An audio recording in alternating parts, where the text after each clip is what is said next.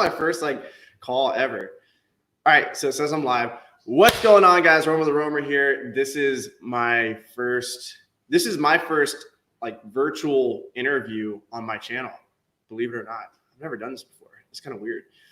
But I got Frank from Little Al Prep. I use him for prepping books whenever my business gets in a crisis, whenever we can't prep books for restrictedinventory.com, we call Frank up, and we've been sending him thousands of books lately, and he's been making a lot of money off of us. And so that got me interested. I talked to him on the phone recently since we're basically doing a lot of business together. And I was talking to him, I was like, dude, how many books can you list an hour? Like, how many team members do you have? Like, what's going on here? So you want to say something about yourself, introduce yourself, what your business model is, how'd you get into running a prep company? So what's up, everyone? Why does your hair look so awesome? Oh man, my hair's great. I can't pull that off, dude. Yeah, you have my brother's hair, to be honest with you. You got you're like a redhead to me. You're like a redhead to me. People say that. I don't see it. You know, when it gets long, see it right now, but you got the curls, bro. Yeah, dude. I had to cut that shit. It was getting crazy. But my philosophy is pretty simple. You bring books in, you ship them, and all that bullshit.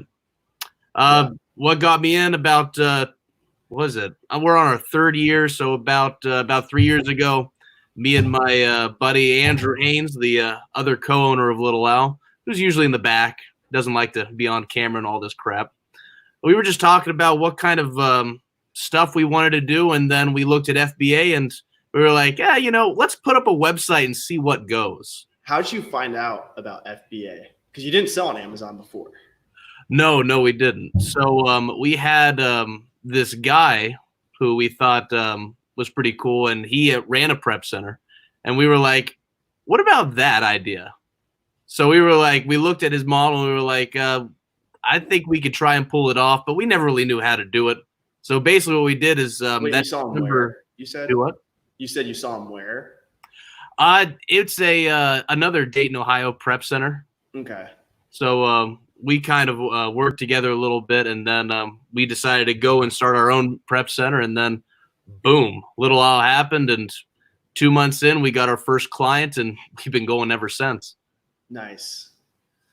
So how did you get pretty involved? Because I've seen you in the Facebook groups, and for those of you that don't know about the Facebook groups, they're pretty interesting. It's a pretty interesting place, the Facebook groups. But what the Facebook groups are great for is if you have a business, or if you have a question, or like it's crazy how fast things spread in those Facebook groups. Like restrictedinventory.com, my service, blew up super fast because everybody had the problem with restricted books, and then people left and right saying restrictedinventory.com, restrictedinventory.com.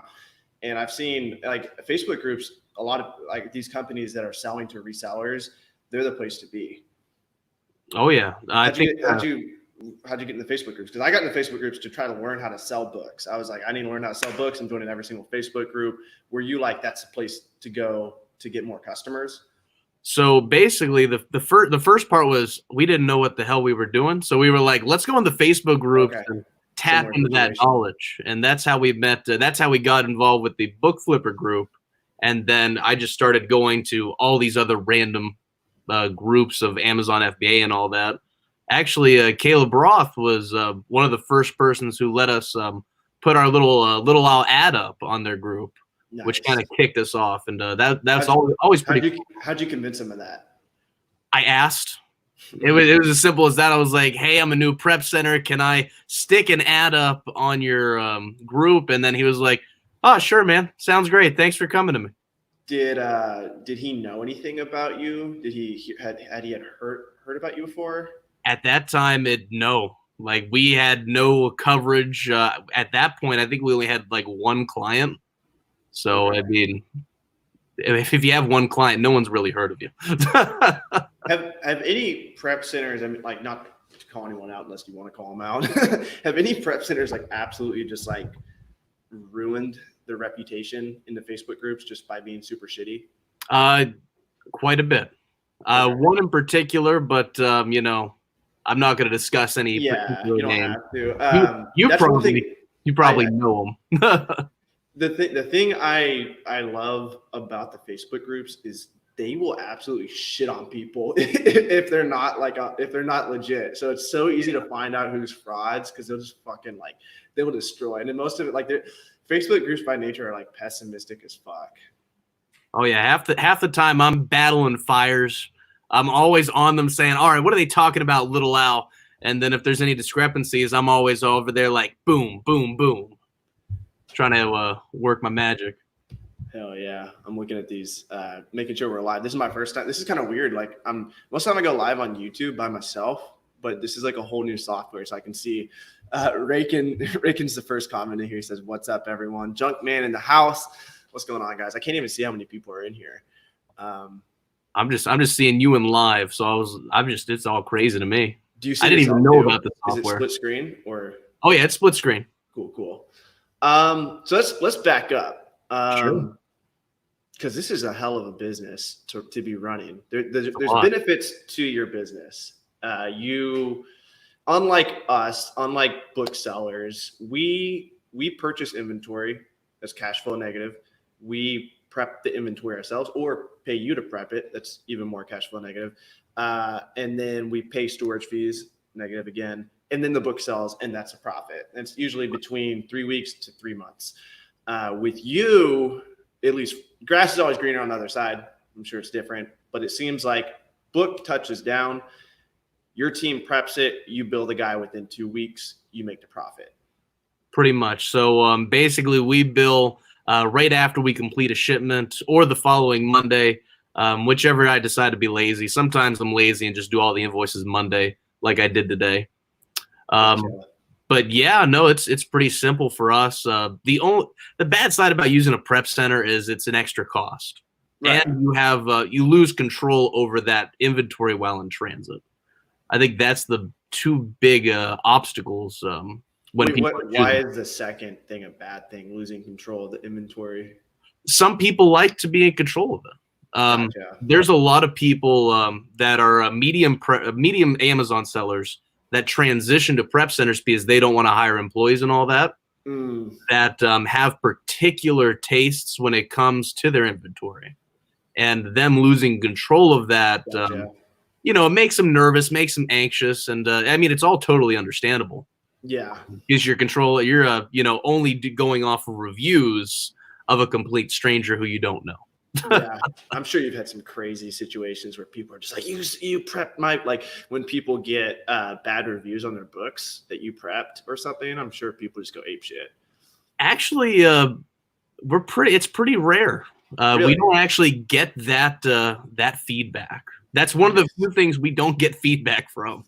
Nice. That's good because with restrictedinventory.com, I feel like a damn near I'm a prep center because I have 400 clients and I have all their inventory on my account and I'm selling their stuff. But if I sell one of their items and Amazon says it's counterfeit or Amazon or the customer complains, that's on my account. The customer's never going to know, you know? So I bite that bullet. But I wanted to back up a little bit, even before running a prep center, what's your background? Were you always an entrepreneur? You sell drugs in high school? What's going on? I sold Yu-Gi-Oh cards in middle school, but before this, I started a web design and web development company. But the consistency of cash flow there wasn't the greatest. So I actually got a little bit of went from web development to it's not an inventory based business, but you such a physical business. Yeah. I thought it was interesting because I never done logistics before. Gotcha. I was literally pretty good at it. Let's see what this does. Yeah. But that and I did tax and accounting. I was working for who was I working for? I was working for a tax preparer at one point, and I'd have 3 years experience of that. So I'm everywhere for some reason. How did that make you feel, tax and accounting? Say that again? How did that make you feel, tax and accounting? I actually enjoy the tax part. I don't like the accounting part. Accounting sucks, but you have to do it. What do you mean the tax part, but not the accounting part? So I used to prepare paying the tax. You like making other people pay taxes? No.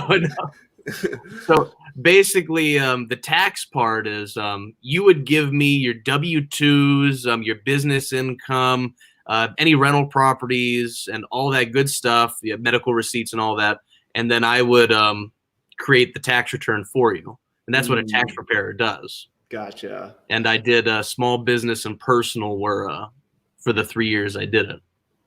Gotcha. I'm not a professional by any means. I mean, 3 years is just all right in that industry. Gotcha. Let me ask you this real quick.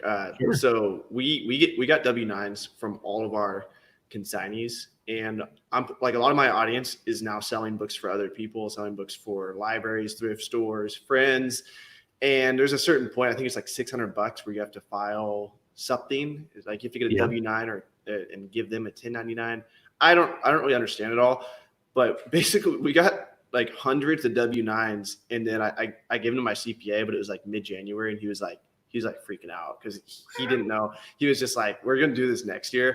What would you do if you were in a position where you had you sold someone's inventory, you paid them 50% of Amazon's payout, and so it looks like you made 100% of that money. That money was put in your bank account.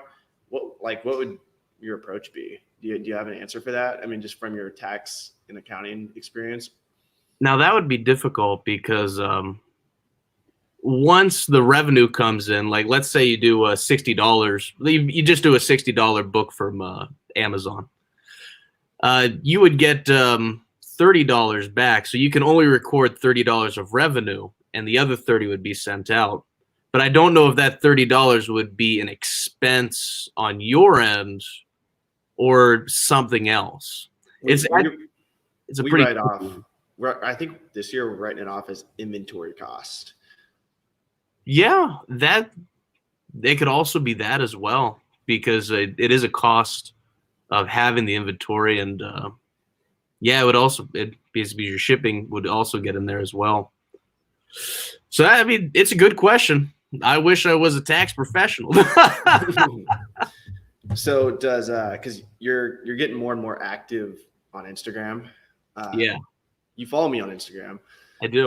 I think that's actually how we really connected. I saw you go on a couple live. I was like naked in my kitchen, and you came in like a live video, and then eventually I was like, all right, I need a prep center. I'm gonna use that guy. You were making a smoothie of some kind. I forget which, but it was a bunch of fruit crap in there, and oh my goodness. Yeah. Does watching my content, does it make you want to sell on Amazon more or less? Probably a little more. Actually, once we started once we started Little Owl, we didn't know how much sellers made. Mm-hmm. So when sometimes sellers give us full access because they just don't care. Yeah. And then our first client was actually one of our bigger clients at the time, because he's still sending us pallets and all that. And we saw how much he made, and we were like, God damn, we're just getting pennies on the dollar. What? Wait. He's sending you pallets of like pre-sorted, like it's all good. You're not sorting through it. Correct. He's one of them. We sometimes we did start. Is it books or they're all books. He buys them from one source, and I can tell you the source. You're not shipping them over from India? No, he's not shipping them over from India. I can guarantee you that. Solid. Yeah. No, that's actually a lot of booksellers are concerned about their employees. They're like, what do you do when they can see the profit? You know, be like $1,200 for a box of CDs. And I was actually concerned about that too, because I was like, they're going to see that and they're going to jack their hours up. But at the end of the day, you can't really fake how many. Like I know how many books you're supposed to listen an hour, and even if you see me make 12,000 profit on a box of books or a box of media, they get up there. Like you've seen media, like because you can fit so many items in a box, it's crazy. But the theory is that if they can see that number rise, they're going to start thinking, how can I get more money from him? Or just psychologically, like this motherfucker made $1,200 off of me packing a box for him that it took me 2 hours to pack that box. Like I should be getting paid a little bit more. I'm going to log in an extra 30 minutes. That's what people are worried about. So. Yeah, no, I agree. Sometimes actually, I share the main email account with everybody. So when I send invoices, all my employees know the price of the invoice. Gotcha. Yeah. And every time I send like a $2,000 invoice out, they're like, "Wait a second, you're only paying me 11. What the hell?" Yeah. But so yeah, have they said that? Have they like called you out? Like, dude. Well, give me half. I try to. My philosophy is a little bit different than other people. I try to give people a livable wage. So I try to make sure you have enough money to live if you want to, and that's my goal. I think that it just helps with morale and it helps people actually work for a company. So you're also taking all the risk. If anything, if shit hits the fan, it's all on you. That's true. Like the business, if someone sues you, you end up that dude's books are from India, and now some law firm comes after you, and they're like, "Look, you're the ones that prepped it. We're going to sue you." Boom. Employees don't get sued. That's all on you. Very true. It's your job to get the employees, your job to keep the employees, your job to run the show. So when things go well, you make the most money. But when the drought comes, you're the one that suffers. They still make $11 an hour as long as you don't fire them. That's very true. It's just like this coronavirus thing. I have a lot of employees asking me like, "So what's going to happen? Are we shutting down?" Like, have you noticed like a decrease in customers, increase in customers? Maybe people don't want to prep the shit themselves. I don't want to touch the books. I'm gonna send them to Frank. So everybody send their stuff to Frank. I mean, I wish that was the case. Safer. March has historically been the lowest month for us. So that March and April, even though it's considered a buying season for sellers, it's been the lowest month in terms that we make the less. So coronavirus, I mean, we're still meeting the same metrics we did last year. Okay. So I haven't seen any change there. I think say that again. You said March. Like this is the month for online arbitrage. I assume you're talking about where people buy. Correct. Yeah. Is that mainly online textbooks? Say it again. Do you mainly have textbook customers? So currently we have about 70% of the business textbook, 30% merchant fulfillment, wholesale, and private label. So we're trying to do multiple different things. We're trying to increase merchant fulfillment a little bit. Fulfillment by owl sounds nice, but we got to get the systems in place to actually do a 24-hour service on that. How does that work, merchant fulfilled?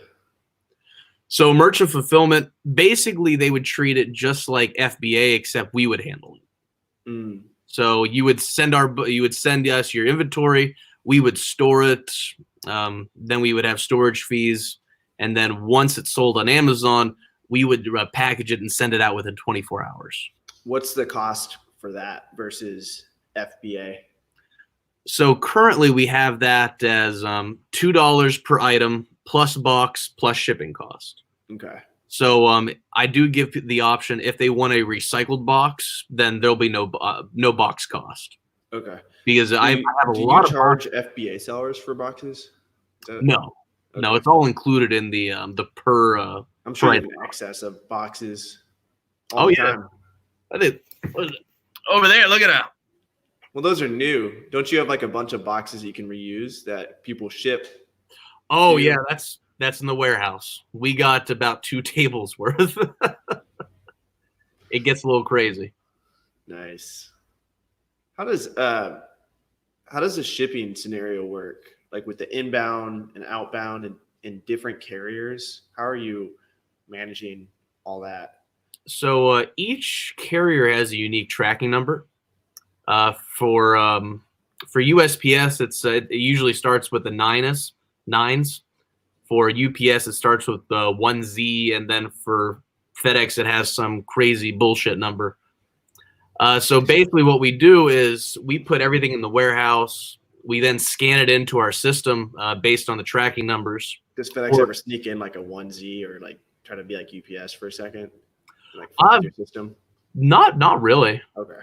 Because we said bullshit numbers like they've caused problems or something.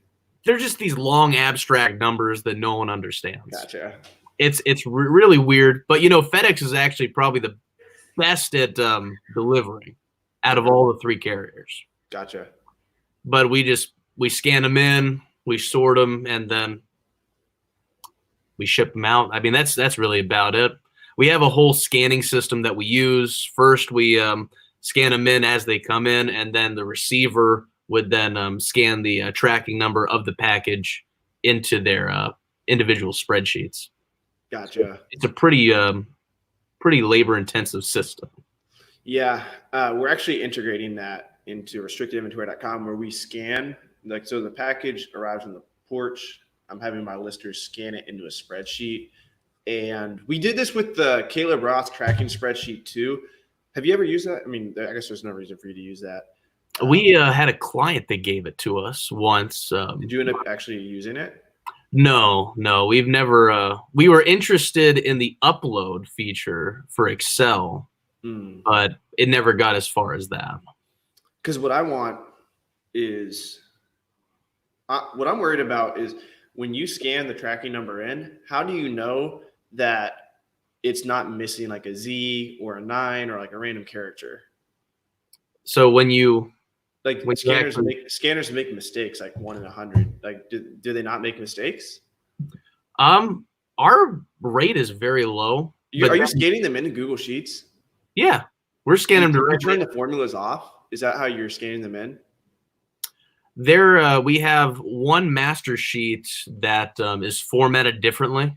Okay. So that way, there's no interaction from any Google Sheet auto format stuff. Okay. But that helps in the long run.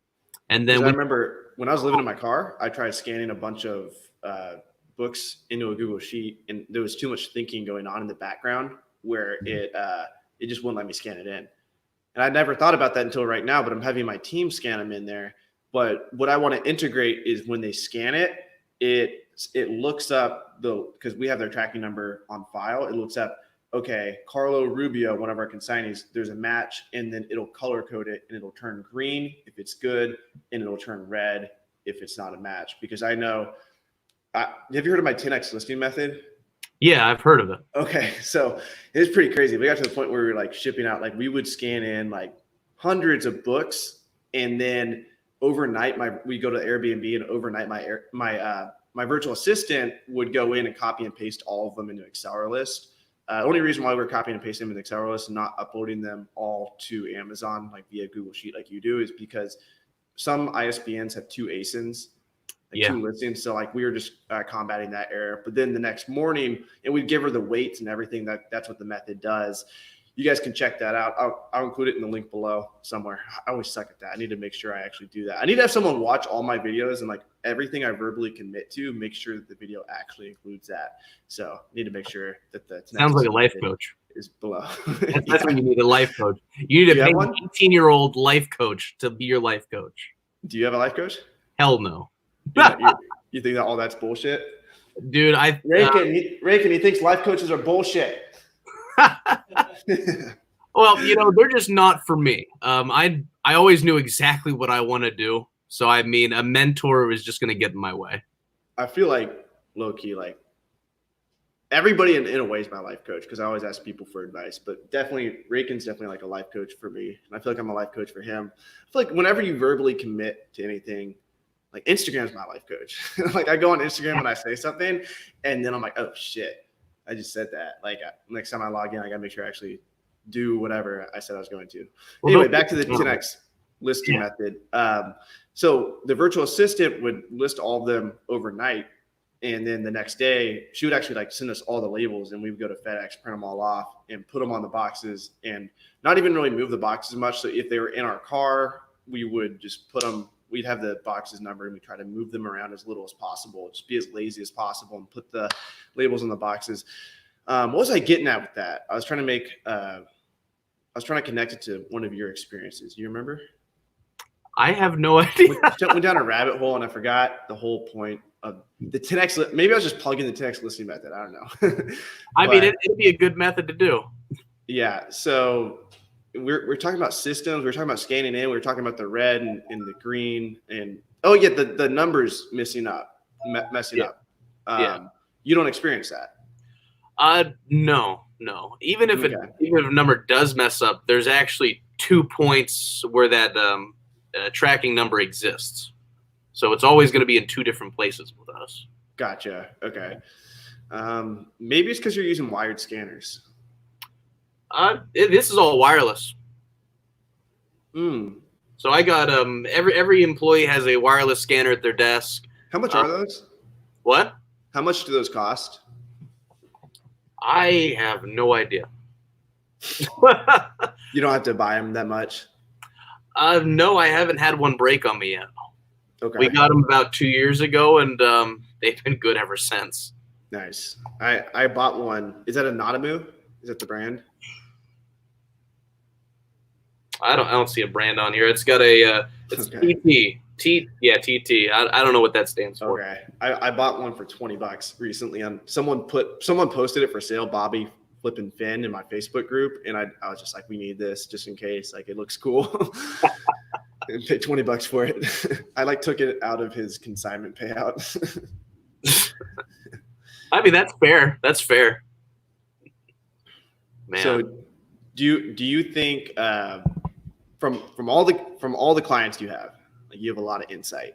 You see people who you're like, why the hell are they using me? Like I made more profit than them prepping their books than their batch made, like some of my batches. And then you have people that you're just like, holy shit, like, what am I doing? Wasting my time prepping their books for $2 per book. What out of all these models you see, you're seeing a glimpse of wholesale. You're seeing a little bit of private label. You're seeing a lot of OA. You're probably seeing different types of OA. Does anything stand out to you? Like, I need to do this. I mean, the only thing that stands out is new people, in my experience, because you get those. From our experience, we get those the complete newbies. They've never done a shipment before. They're like, "Oh man, I'm so excited! I'm going to scale so hard," and then they buy their first books, and then they're either restricted or it's like worthless. Like Rich Dad, Poor Dad kind of stuff. Whoever buys Rich Dad, Poor Dad, to flip, I have no idea. How does that work? What about to read? What? Do you judge them if they read it? No, not really. If they get any insight into any book, that's good on them. But flipping it. What are your favorite books to read? I don't think I've sat down and read a book for at least 3 years. Really? Okay. It's for some reason, you struck me as a reader. I mean, I read daily in the groups, but other than that, no. I think The Alchemist is good. Have you read that? Yes, multiple times. Oh yeah, I probably need to read it again. It's every time I read it, it's like a different. I interpret it so differently because I'm always thinking of something in my life. I'm always thinking of the journey, the challenges, and it's always 100% different. Oh yeah, I think that's it's one. If I had to read a book right now, I'd probably go back to that and reread that. If you had to read a book. If I had to read a book. Man, you're gonna put me out of business. Not reading books. I mean, I'm not a boomer, so I mean. Do you think this coronavirus thing is gonna just completely fuck our businesses up? In the short term, no. It's going to be interesting in the long term because with everything closing down now, for instance, Ohio just closed all fitness centers, everything except our business and supermarkets. Since a lot of people are out of work, they're either going to look for sources online to try and make money. So that's good for you and I. Yeah. Or the government or the U.S. economy is just going to go into a recession, which I'll get to know if my business is recession proof. So it works for me. I think you're pretty safe. I've thought about OA a little bit more, at least making YouTube videos about it, because people are going to want the alternative, working from their home. Right. And they probably won't want to touch the books. So they'll send them to you. I mean, we'll see what that happens. We'll see what it happens. But yeah, that'd be cool. Yeah. But then there's a theory that nobody wants to go to college, so nobody will buy the books. Well, I mean, online classes are still a thing, so I'm assuming people are just going to get bored of quarantine and enroll for classes. Because I mean, people are still going to get loans. That's not going to change. They are. Side note, I just got a text, or not a text. Somewhere I saw that they were giving I think my dad texted me. They're giving out like really generous business loans. The government is. So everybody should apply for that. Government's a great place to get loans from, I've heard. I mean, they give student loans damn cheap. Yeah, there's no interest on student loans right now. So if you have student loans, no interest. I'm glad I never had experience that. No student loans for me. Yeah, I have a few left, but I'm just like, they're the last debt I'm paying down because it's like the lowest interest. And now it's no interest. So it's perfect for you then. So you're liking the situation a little bit more. Yeah, I was pretty pumped. We got some questions coming in. Let's see. How long have you been prepping books? I missed the beginning of the stream. You said 3 years? Total of 3 years. Okay. I'm a good listener. See that? Yeah. And what was your answer again for what business model you would choose? What did you say? If I had to choose, I would probably just do online books for a little bit. Currently, like I'm doing now, I do sell books on occasion, but that's separate from Little Al. I can't really call myself a 7-figure seller yet. I'm like a 5-figure. Nice. Do you prep your own books, or do you have your team prep them? You probably have your team prep them. So actually, I'm actually very paranoid about it. I have them sent directly to my house, and I personally prep the books just because I don't want contamination with Little Al. Okay. Like the worst thing I would think of is like, oh, you're stealing my book, and I'm like, no, I don't really want to steal your shit book. I want to prep your book. Okay, gotcha. But I'm trying to prevent that, so that's why that's in a completely different location. Gotcha, makes sense. Perception is everything. How many books can you list an hour?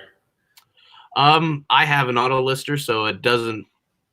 Listing's not really a thing for me. An auto lister? Yeah, that's what we use at Little Al. We have a program that lists all of our books in batches. That's the Google Sheet thing you were telling me about? Yeah. So basically, a person just has to put in an entry in their Google Sheet for us, and then we just click a button, and then boom, it's all there. That's why I was telling you, I was like, that's probably a smart move. We have a better model coming out in a couple months that's going to blow away the sheets. That's a secret project, but that is it's going to be a good model. It's going to be great. What if you get inventory that's not like, are you talking about like pack lists? Like you have a pack list from someone and that's what makes it auto listing? So basically, here's the process. So let's say you're just a personal client and you're sending in 5 books. So before you would send me those books, you would list the ISBN of the books, the title, and whatever information you want to capture in the SKU, since the spreadsheet will automatically generate a SKU for you. So if you want the cost embedded, if you want the seller of that book embedded, you can do that with us. Gotcha. After we receive the book, the spreadsheet calculates how many books you have at the ready. And this is the auto ship feature. So basically, if you send us 5 books and you have your auto ship set to 5, that then alerts one of my shippers saying, hey, Romer wants a shipment of 5 books. We then click a button, we upload all the listings to your Seller Central, and then we create that shipping plan and then send the books out. How often do people just ship like 5 books? They're really new sellers, and I tell them, hey, you know, you're gonna want to ship to closer to like 45, 46 pounds. Yeah. But at the end of the day, sometimes 5 textbooks gets up there. It gets up there, but some textbooks are like 8 pounds. Some of them are, but they still pay shipping costs out the ass for 5 books. Yeah. It's not a good model. Don't ship 5 books at a time. How much are people saving? Because we started saving when we used LTLs with you. How much does the average client and people watching? A lot of them are thinking about transitioning to LTLs. What's generally the savings on that?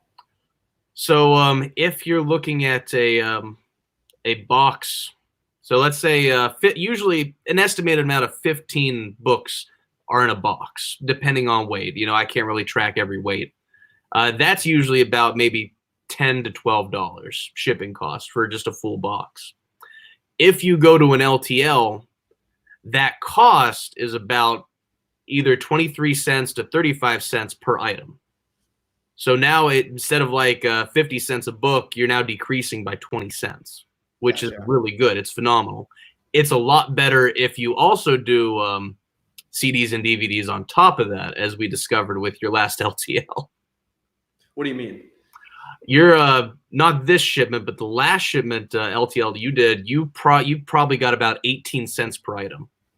Okay. Shipping cost, which is really low.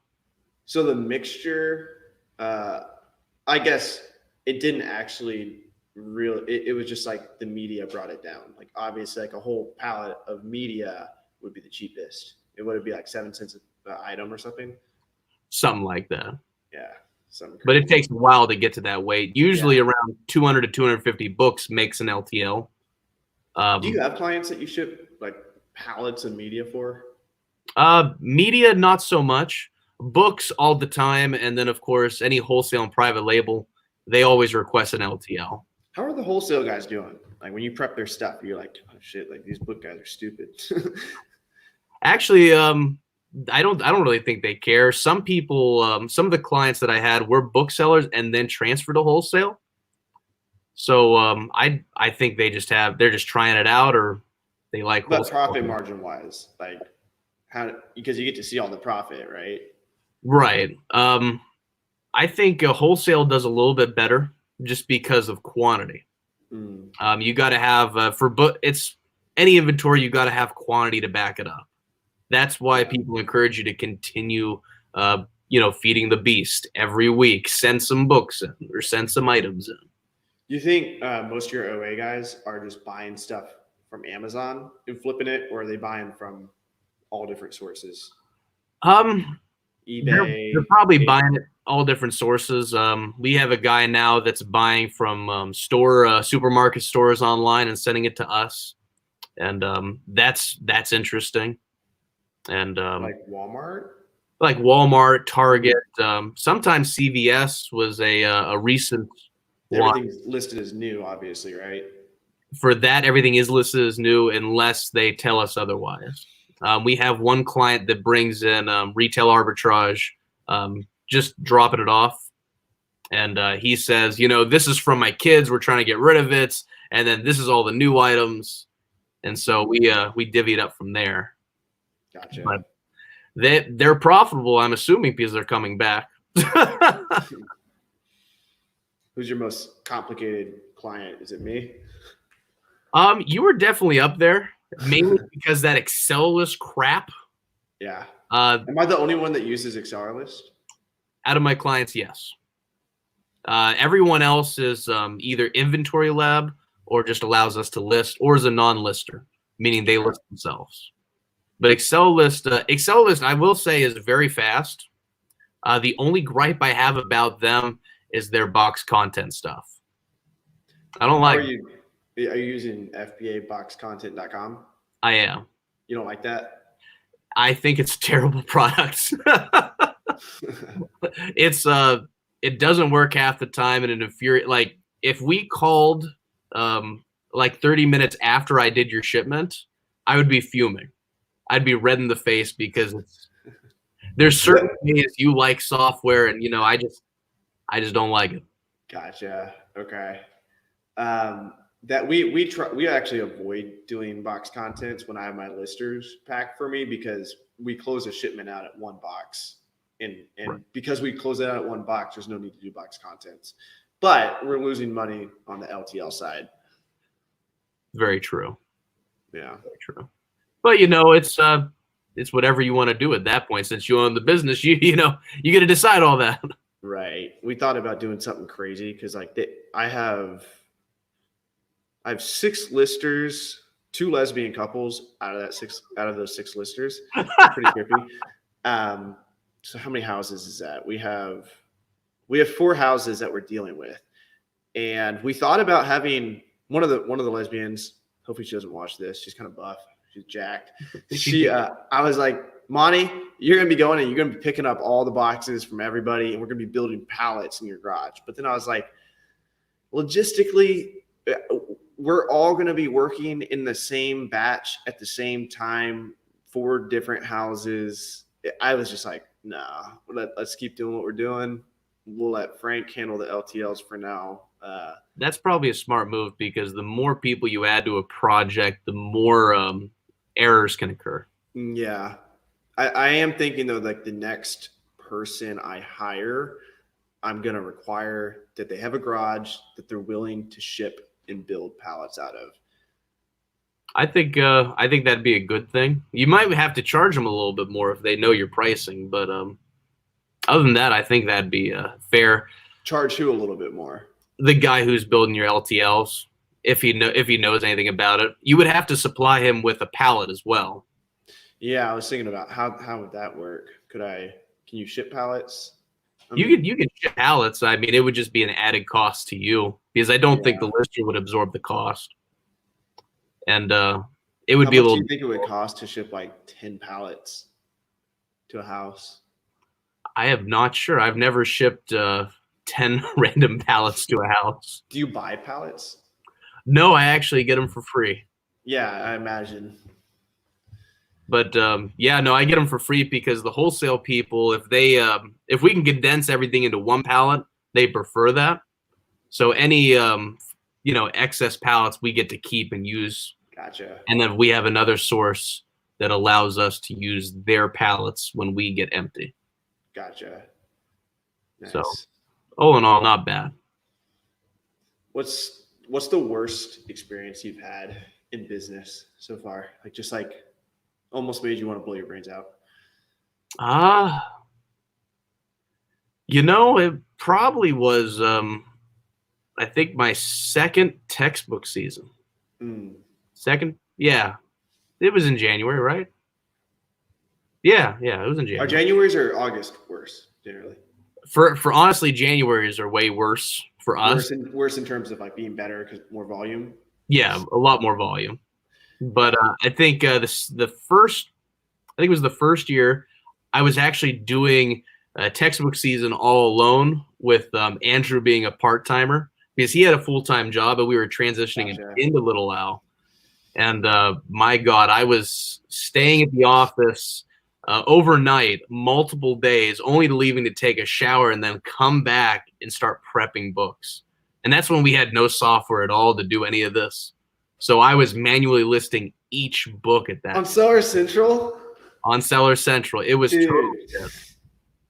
And that was probably my worst experience, because what were you charging per book back then? The same we're charging now. We never had to increase or decrease our price. Were you splitting profits 50-50 with Andrew? Pretty much. So every book you're like, fuck Andrew. Exactly. Sometimes I think about stabbing. I know how that is. I was in a 50-50 business landscaping with one of my best friends. And there was times where I would go on vacation and I know he was just like, fuck Avery.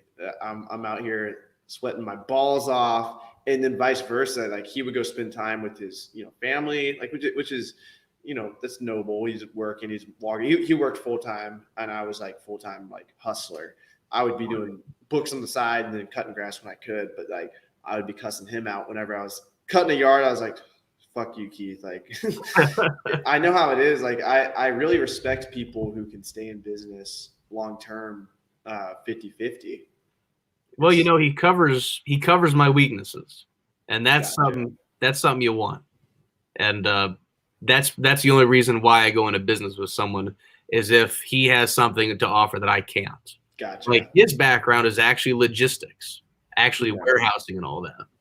So as we continue to transition to bigger and better warehouses where we have to have forklifts and all that, he's already a black belt in Six Sigma and all that. He knows how to run operations like that. What would you say your strengths are?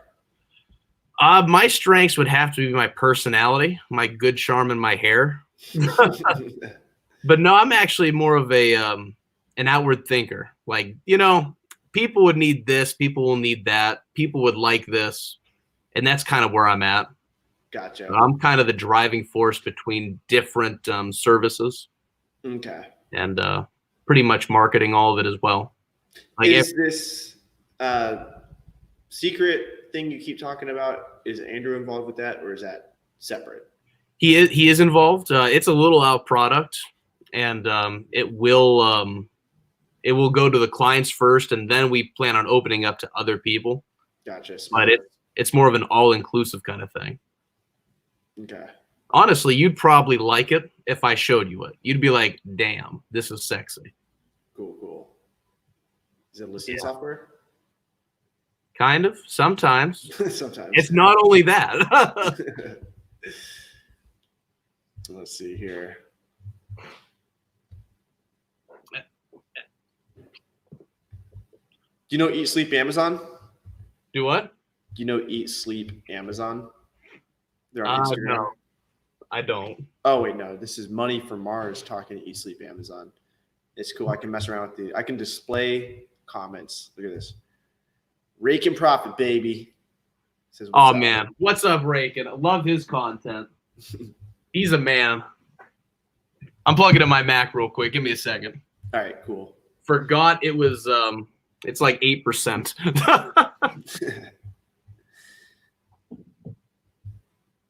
What efficiency tips would you have? How do I get the comments off the screen now? How about ScanLister? Yeah, I've used ScanLister before. Let's see if I can hide it. Okay, there we go. What efficiency tips do you have for the average person as far as listing books goes? So for listing books, I would always recommend, if you can, get a listing software, because that's going to only increase your listing effectiveness. If you're manually entering them into Seller Central, you're wasting time. The biggest thing that normal sellers don't realize is their labor cost. So how long does it take you to do X amount of stuff? How long does it take you to do Y amount of stuff all into one? And people, gotcha. It's that phantom figure that no one actually inputs into each book, because it does take a percentage of each book. They just don't know it. Gotcha. And, every time I have clients say, hey, I remove all the stickers off my books. Do you guys do that? I think they're crazy, because that's no one cares about stickers. But you have clients that request that. Yeah, and I say no. Oh, you say no? Yeah, no, I don't want that labor cost. That's crazy. Okay, yeah. We actually get it. I did it for the first, like, what how much extra did you charge for stickers, or did you not charge extra? It's kind of, that would be hard to track too, because like, oh, 5 books had stickers, 20 didn't. At the beginning of Little Owl, I did try it because I like to experiment with stuff. It's like the Gaylords I got in. I like to experiment. And we charged them 50 cents to remove all the stickers. And then I quickly realized that it was just not working out. Gotcha. That's a part of the 10x listing method. I talk about that. I've left Goodwill stickers on books before, and I've gotten complaints on Amazon. People have been like, what the fuck? This book was $2.99 at Goodwill, and I paid $299 on Amazon. I'm like, you didn't go to Goodwill and find it. I found it at Goodwill. It's the market value is $2.99. Goodwill just didn't know that. But Amazon terms of service says the customer can't leave a bad review based on the price. So you always get that negative feedback removed.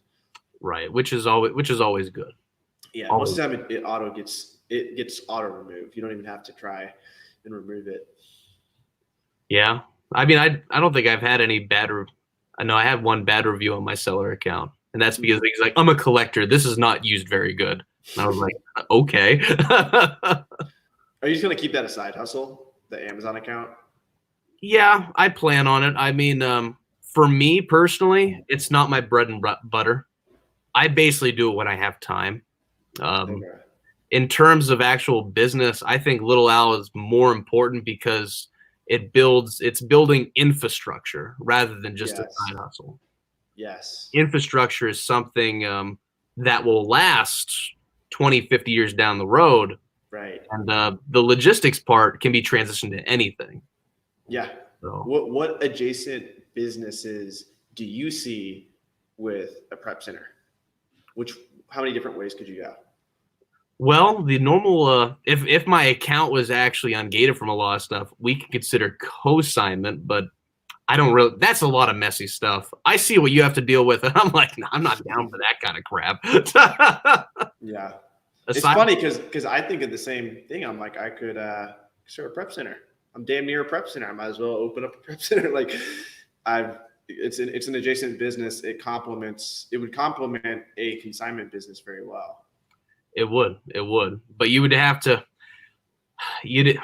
I mean, I guess it would work a little bit for you. It probably work a little bit more for you since you have the resources. You would just like, have to. If I wanted to increase cash flow, and obviously I'm still using you because we still get overloaded from time to time. So I'm not there yet. I wouldn't want to just take a bunch of people's shit and have I feel like maybe I'm wrong about this, but I feel like prep center clients would be a little more picky because the books are listed on their account. They can see if it was listed as good, like new. They would be a lot more picky. You would have to hire a lot more email assistants. Gotcha. Because how many email assistants do you have? Are they all in America? every employee I have is in America, okay. And I only have one employee that sometimes handles the emails, but most of the time I take care of my own emails still.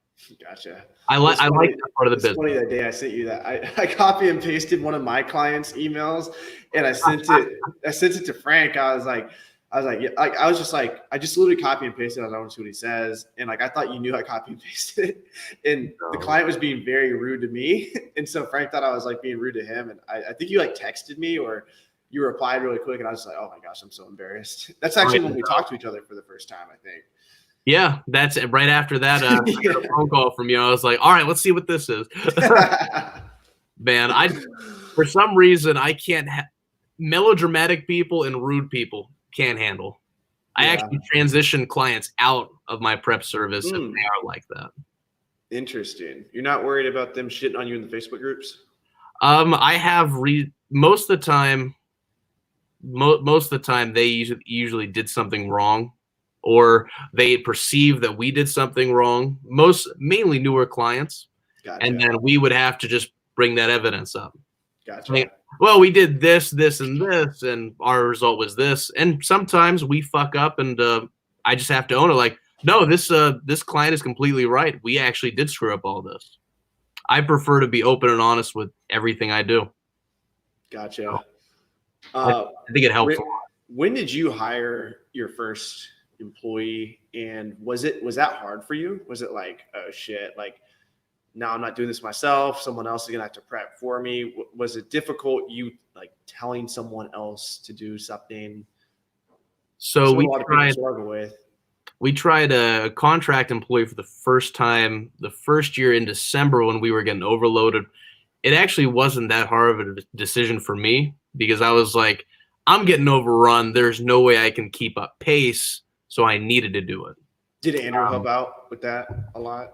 Yeah, Andrew helped out a lot, but of course he was still doing a full-time job and doing this part-time. So he could only help so much because me and him were getting about the same. I'm saying help with like the hiring process. Did he? Oh yeah, he interviews them first. Gotcha.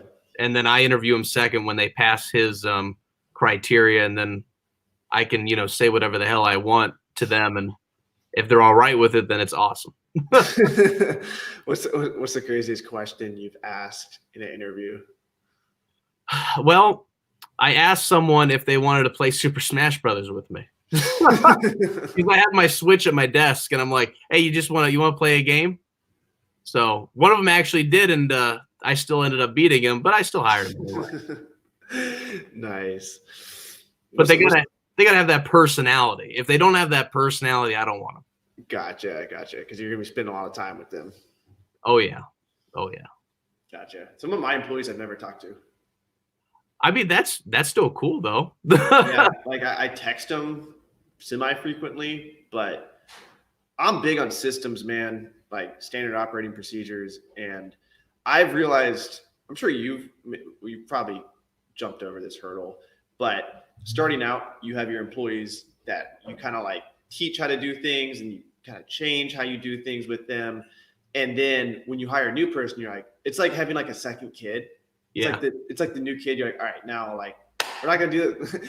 I screwed up the first time. Like, no, you're not gonna be peeling the stickers off anymore. Like, stop peeling the stickers off. Now we're just gonna be doing this. And like every time I hire a new person, I give them the new SOP, and it's just like so much less maintenance with them. Oh yeah. Have you gone through the same experience? We have with a lot of changes because at the beginning we weren't even tracking. We weren't even doing tracking numbers the first year, which we learned out the hard way because we were paying for books that we received. Because anytime that we lose something, we make sure to reimburse the clients since it was our fault. And every time we do a new system, I have to continually retrain employees. I'm gonna cut that clip of you just saying that. I'm gonna post it on Instagram and be like, just send your stuff to little Al. He'll reimburse you for it. Well, see, now I have this awesome tracking system where it's almost hard to lose stuff. Isn't it crazy? Like when you get a system in place, finally you look back and you're like those nights that one textbook season where you're just staying up so late, you didn't have any employees, your systems probably weren't perfect. Like looking back, Shit. Yeah, shit. Like But it's crazy. Once you get something in place, you don't have to think about it anymore. Like once you actually like you articulate yourself well, whether it's on do you use SOPs? Not particularly. I have what'll happen if everybody just gets fired tomorrow and you have to rehire? On job training with you, would you be the person? Okay, pretty much. I mean, Andrew will still be here since he's now full time in the company, but gotcha. we'll just continue to retrain. It's actually not that hard because we had divided into two roles: receiver and shipper. So for the receivers, they just need to know how to grade a book and input data, so data entry. Simple. For shippers, it's a little bit more difficult because strippers, yes. Oh wow. No. You hiring? For shippers, they're the ones that ship the books. They're the final check before the book leaves. Okay. So basically, they'll recheck the book, double check it's not a teacher's edition or something crazy that a receiver missed, and then ship the book. Gotcha. So you probably have somewhere in your brain an SOP mapped out that you verbalize to them, but it's more of like hands-on. Probably. Andrew's more of the let's get this all on paper and let's distribute this to employees. I'm the kind of guy that he actually does he have SOPs for the business? I think he has like one or two. Okay. But I think they're mainly just onboarding things for new employees. I don't think we have any instruction. That's the thing about SOPs. I think they're great for the beginning, but it's a little bit difficult. I'm getting better at this, but like I'm making my SOPs now where there's like step 1, step 2, step 3, step 40, step 45. Before I would try and pimp them out, have like, color coded, like have paragraphs and like lots of pictures, but now it's just like very linear. So if we add like another step in between 42 and 43, I can highlight it and I can notify everyone via email. Thing is, I can assign it to everyone and they can check that they saw it, but sometimes like they won't check that they saw it. And it's just like, it gets kind of messy after a while. There's softwares. Have you heard of Trainual? I have never heard of Trainual. Trainual is like, it's basically what I was just saying. It like a really pimped out Google document. And after, like it says 100% complete if employee's gone through it 100%. And then if you add something new, it says like 98%. So they have to go back and check it and they're back at 100. So it's helpful in that sense. But I think you have to be careful with SOPs because you can kind of look like a douche if you just like, go follow the SOP. It's like, you gotta, the book I just read, it's called Work the System. Yeah. And it's it's about getting your employees to have a system-based mindset and getting them to update the SOPs themselves. So if they have a good idea, like a lot of my employees have better ideas than me, I'm like, add that to the SOP, and they can go in there and they can add it, So I think that's a pretty good mindset, allowing your employees to participate in the people program. like participating. Oh yeah, I've gotten so many good ideas from employees that I implemented. So I love to steal ideas. Yeah, because after a while, like they're really like the box content thing. When the box content, FBA boxcontent.com, when that came out, that was when I stopped listing books. And I made an SOP for it, handed it to my team. It worked perfectly. Like, it was one of the first SOPs I've ever written. It worked perfectly. That I never heard any issues about it. Never heard any issues about it.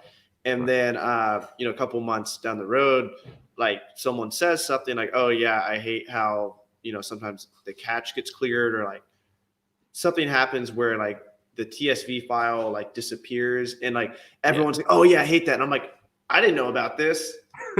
So it's good to ask your team for feedback, because once you step out of the trenches, so many things change with Amazon and these softwares that you have to adapt. So if you're not encouraging feedback from them, like 5 years down the road, your business is just going to be like so out of date. Oh no, 100%. And I've seen some of your SOPs. Actually, you sent me a couple. They're getting better. They are getting better every time they changed, because I have one employee that actually handles handles stuff, and she's like, "This motherfucker changed it again." I need to put her on the list of people that I'm adding, right? So she can accept it. What's her name? I'm gonna start emailing her. Her name's Eliza. Eliza. Okay. It's hilarious. Yeah, those. Because the SOPs, the SOPs I really focus on is the ones that I'm going to include in my course, because I want to make sure that they're perfect for people that take my course. And I want to keep it generic enough so it's evergreen, so people how to list on Excel list. And hopefully, probably not, but I'm going to update it, but hopefully 5 years down the road, it's still close enough. With restrictedinventory.com, we get I'm not like being a perfectionist with the SOPs right now, because I just know that we're only a year in business and we're still trying to figure things out. So like, what happens when someone sends us an item that is water damaged? What happens when someone sends us an item with no profit? I'm actually working on the SOP right now. Like I still have to make decisions. Like, what are we going to trash them, burn them? What are we going to do? Like sell them on eBay? Now you get the merchant fulfilled program. So it's making me think maybe list of merchant fulfilled. You're definitely in this. It's a new idea. I mean, I guess consignment's really not a new idea, but new for the platform, because there's only like 3 of you that I know that are actually doing it, and 2 of them came after you. So you were who did anyone come before me? Not that I'm aware of. I'm pretty sure I was the first one that offered I framed it as a restricted inventory service. I think you were the first one that I know of. There have been others after you. I know 2 or 3. You can say their names. It's cool. Well, why would you want to give them any business? Hey, restrictedinventory.com is the best. You type in restricted inventory, my website comes up. That's good. We won that search engine optimization. I mean, I think you'll get it down. I think it's all software at this point. If you find the right software, I think you could scale real far. Yeah, that's my opinion. Looking at your business, right. I mean, unless you wanted to go straight full on consignment with Prep Center and then scale that way, I mean, that would be a hive. That'd be pretty cool. That'd be pretty cool to see. Yeah. But that'd be a lot of work. I learned from one guy. I don't even know his name. He's a Zen arbitrage guy.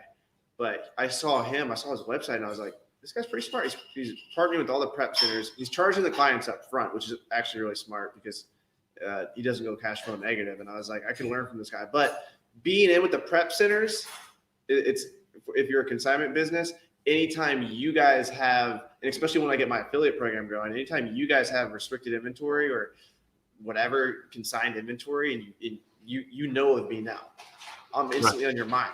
And as long as we keep a good reputation with each other, you're gonna be like, yeah, he's your guy. So he does it interesting. I think it's interesting how because I think he's only in the Zen group right now. That's where he's more heavily focused. But he's not bad. He's another Frank, so we get along sometimes. gotcha. But yeah, the transfer thing, like we were discussing in email, a client transfers a book to restricted inventory. That's actually really easy, and it helps the client a lot because there's no shipping cost. There's no cost at all. I mean, unless it's a teacher's edition, then I just transfer it right back and say, no, Avery doesn't want this crap. You can keep that. Hey, we'll sell teacher's editions. Damaged teacher editions, bro. Would you sell a damaged teacher edition? Not damaged, no. But we'll sell like if it has a teacher edition as a listing, right? If it says it in the title, we'll sell it. Global editions too. There's just one guy that sells tons of global editions. Yeah, I mean that's a little weird, but I mean as long as they check out, as long as they're not counterfeit, because the global editions have a higher percentage of counterfeit. Do they? In my sound counterfeit. In my opinion, makes it sound like it came from somewhere else in the world. What does it even mean, global edition?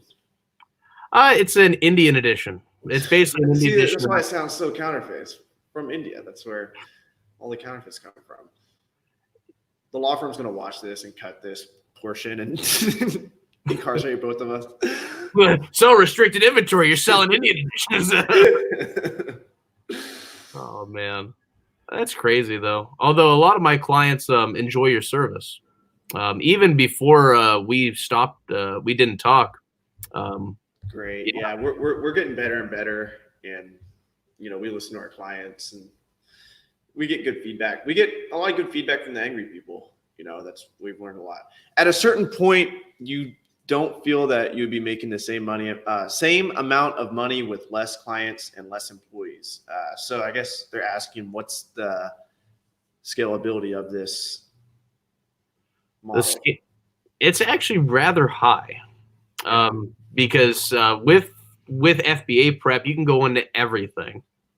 So I mean, the sky's the limit. It's really just about what kind of systems you have in place to scale.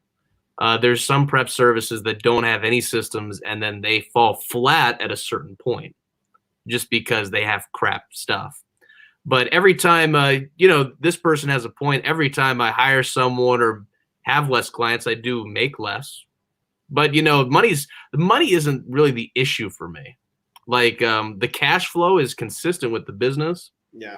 But that's what's really attractive about it is the cash flow. That's why I've actually thought about, like, if I ever got to the point where we had like a dry season and we're not prepping a whole bunch of books, I've thought about maybe opening up the doors for just being a prep company for a while and just see how it goes, because we could do it. Like right now, I wouldn't want to open that can of worms, but let's say, because right now I have seven or eight listers, but there's only one full-timer. And it's nice having a full-timer because she's consistent. I know she's going to prep X amount of books per week, where the others, they might it's convenient for them to work for me because I'm not super like, you have to do this each week. And again, goes back to like the new people I hire. I tell them they have to put at least 10 hours in, like at least 10. I have to know. So like the people I didn't tell that to, they'll go like 3 weeks without working, and then they'll come back and go 3 weeks full time. And I'm like, whoa, like I don't know how much inventory to even send you. So my game plan long-term is to hire multiple full-timers all over the country. Maybe I'm thinking out loud right now because I have the ones in Nashville. It's nice having them all in one neighborhood. So if one ever receives too much inventory, the others can go to their house and put out that fire. Whereas if one person in Florida, which we have right now, if she gets overloaded, which happened in October, then nobody can come and help her. Like, what am I going to do? Fly down to Florida and just help her list books? That's also unfortunate. And besides, if you do the prep center, it's more of a time constraint as well, because right.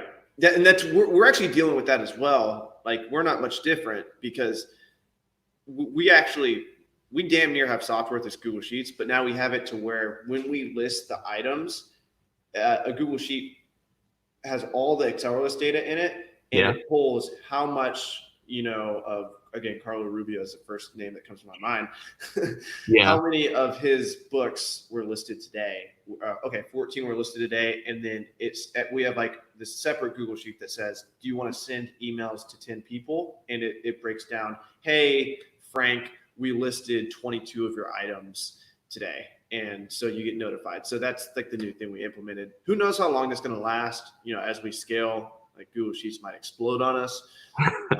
I'm talking like multiple developers right now, trying to really, because that's going to be the game plan long term. Is we have to have like a full circle software from the moment they fill out the form to the very end when we pay them, and everything in between with reports. We have to have software that includes all that. And right now, we're making it work with Google Sheets, and it's doing its job. But they have limits on like how many cells you can have. Things like that aren't good. yeah. But I'm not aware of how many. Is there like really 500,000, I think. Oh, okay. I've never went that high. I've never went that high. I don't know what caused. Yeah, it's. I think Google Sheets has its limitations, and that's kind of why we're moving away from it, because there's to a point where it just stops being effective.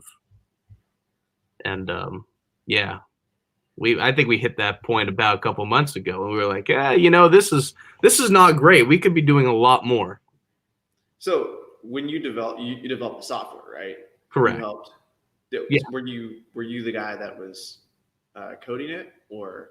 So I'm one of the people that do that. It depends. I do have some other help in doing this, just in case I do get busy. But primarily, if I can help it, I most of the time do it. It has been an off and on project for a while now, and then in January we started to get really serious about it. Gotcha.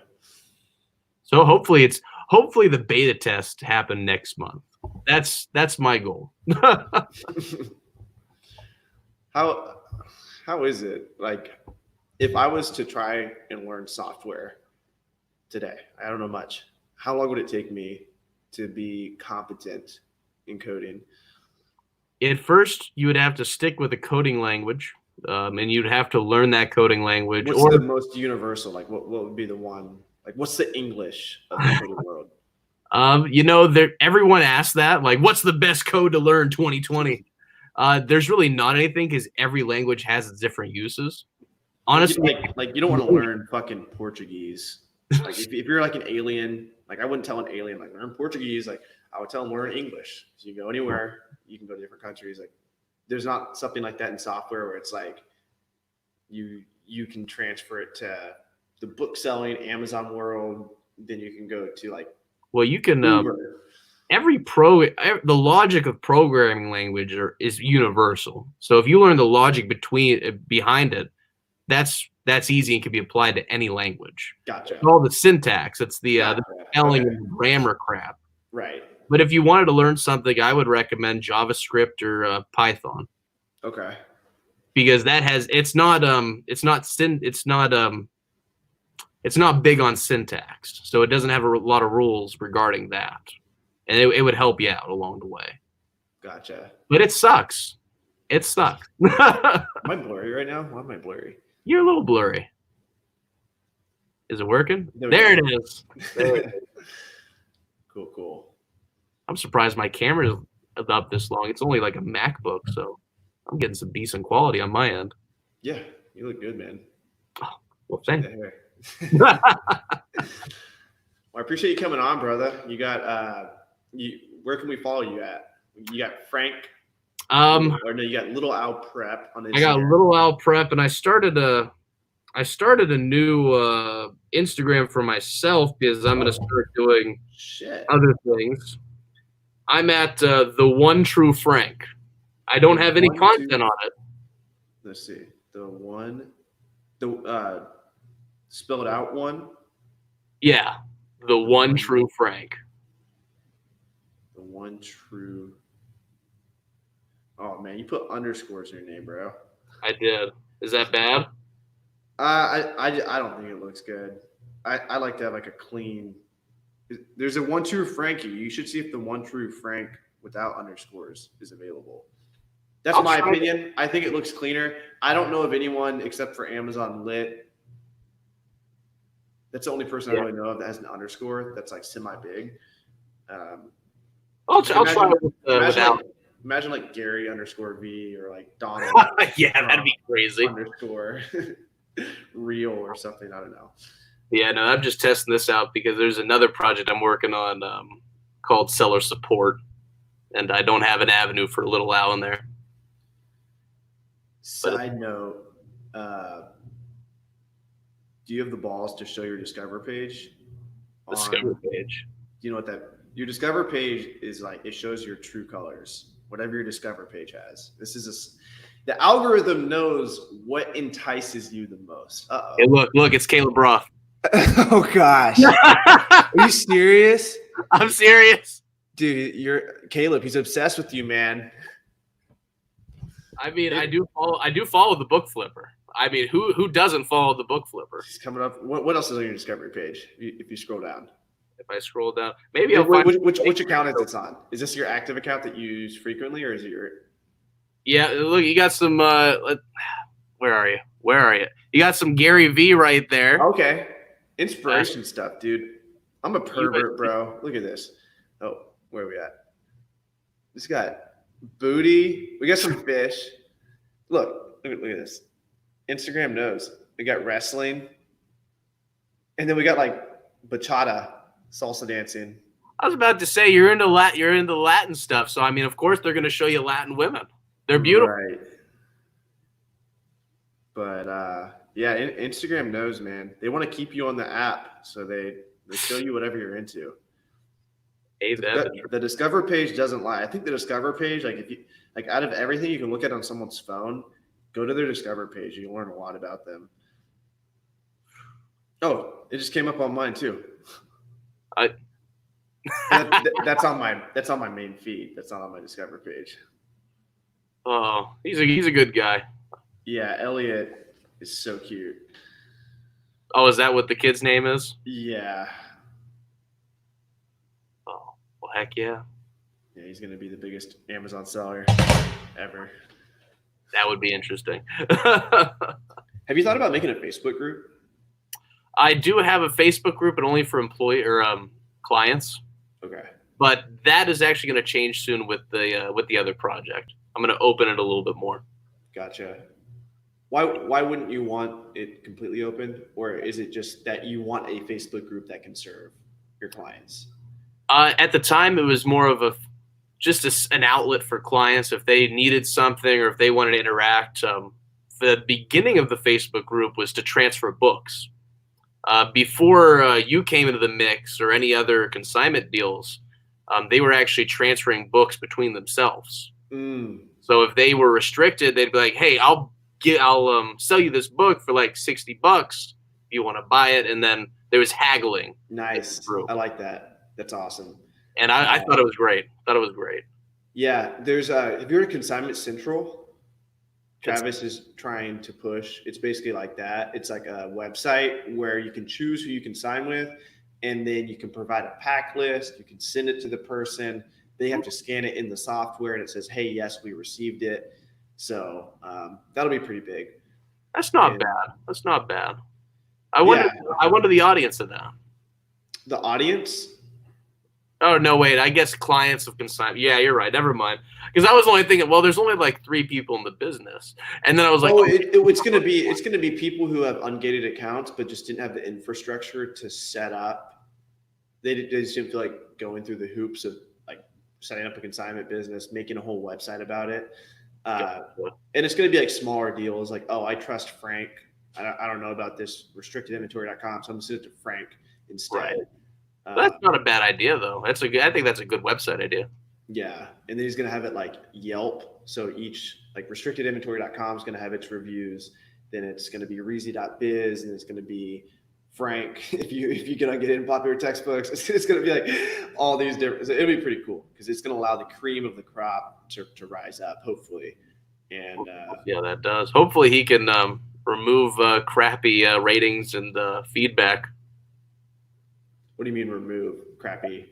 Like Amazon, like, oh, this guy didn't ship my book, or this shipment was like that's going to be tough because it's like what if the competition, like what if that Zen arbitrage guy like just comes in and shits on me? I don't know. Seems like a good guy, but he could, I don't think he would ever shit on you. He could get all the Zen arbitragers. Is that what they're called? The army of Zens. No idea. The army of Zens, go attack. That's more of a Peter thing than anyone else. Well, I thank you very much for being my first guest virtually. I've interviewed lots of people, but this is like the first time. Well, I feel honored to steal your virginity. Gracias. De nada. Whichever you want to take. Whichever. All right, buddy. Thanks, man. I appreciate this. Hope you have fun. yeah, I did. It was awesome. I always enjoy talking to you, man. I'm gonna end this. We didn't go live on Facebook. It just went on YouTube. So that's fair. That's fair. YouTube video will be up. Like, comment, subscribe. Go follow Frank. Peace out, family.